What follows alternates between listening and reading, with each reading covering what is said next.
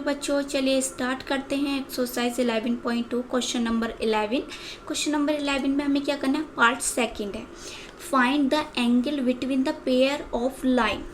Find the angle between the following pair of line. ये हमें pair of line दे रखे हैं, है ना। तो हमें इनके बीच का एंगल फाइंड करना है।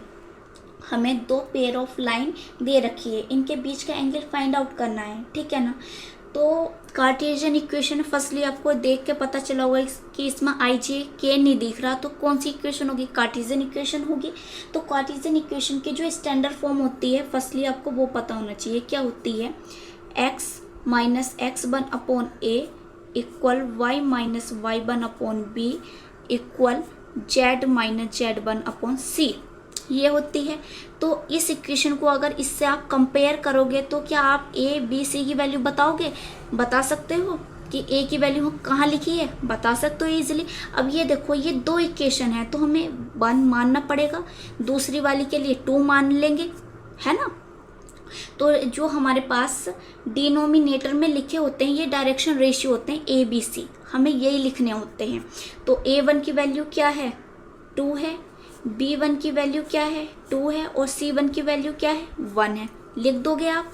अब इसे ही कंपेयर कर लो इसके साथ, यहाँ मान लो 2 है तो A2 की वैल्यू क्या होगी, क्योंकि इसे 1 मान लिया तो इसे 2 मानना पड़ेगा। तो A2 की वैल्यू क्या होगी, 4 होगी, B2 की वैल्यू क्या होगी, 1 होगी, और C2 की वैल्यू क्या होगी, 8 होगी। होगी या नहीं होगी बताओ।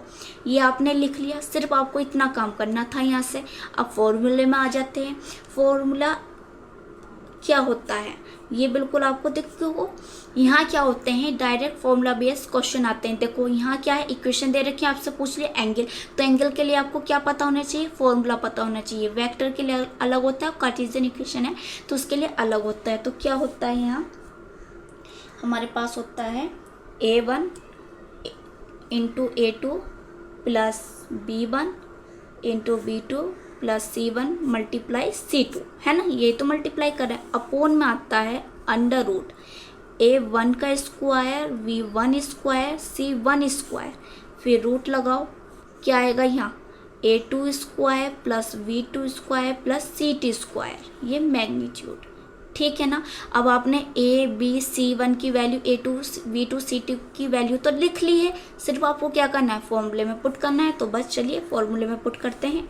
A1 की वैल्यू क्या है, 2 है, और A2 की वैल्यू 4 है, प्लस V1 की वैल्यू 2, V1 की वैल्यू 2 है, और V2 की वैल्यू 1 है, C1 की वैल्यू क्या है, 1, C2 की वैल्यू 8 है, अपॉन अंडर रूट A1 का स्क्वायर 2 का स्क्वायर, B1 का स्क्वायर 2 का स्क्वायर, C1 का स्क्वायर 1 का स्क्वायर, यही तो है।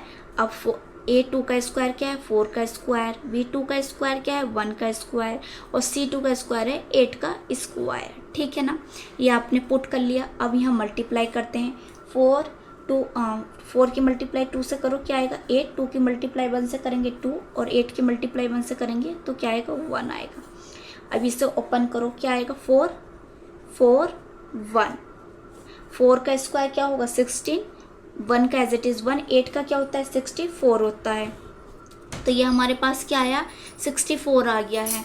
तो ये हमारे जो ऐड करेंगे हम 8 और 8 क्या होते हैं 16, और 2 ऐड करेंगे तो क्या आएगा हमारे पास 18 आ जाएगा। तो यहाँ हमें क्या लिखना है, 18 लिखना है, अपॉन इसे ऐड करो, क्या आएगा 4 और 4 8 और 1 9, और इसे हम जब ऐड करेंगे तो इसे हमें मिलेगा 81। इसे हटा दिए क्योंकि यहाँ निगेटिव वैल्यू नहीं, तो इसे हटा दो, ठीक है ना। तो ये हमारे पास आ गया, इसे ऐड करने पर अंडर रूट 9, इसे ऐड करने पर अंडर रूट 81, ऊपर ऐड किया तो क्या है 18 आया है, ठीक है ना। चलिए सॉल्व करते हैं और हम इसे। तो cos थीटा इक्वल 18 अपॉन 3 का स्क्वायर रूट क्या होगा, 9 का स्क्वायर रूट क्या होगा 3 होगा, और 81 का क्या होगा 9 होगा, यही तो होगा। 81 का 9 होगा।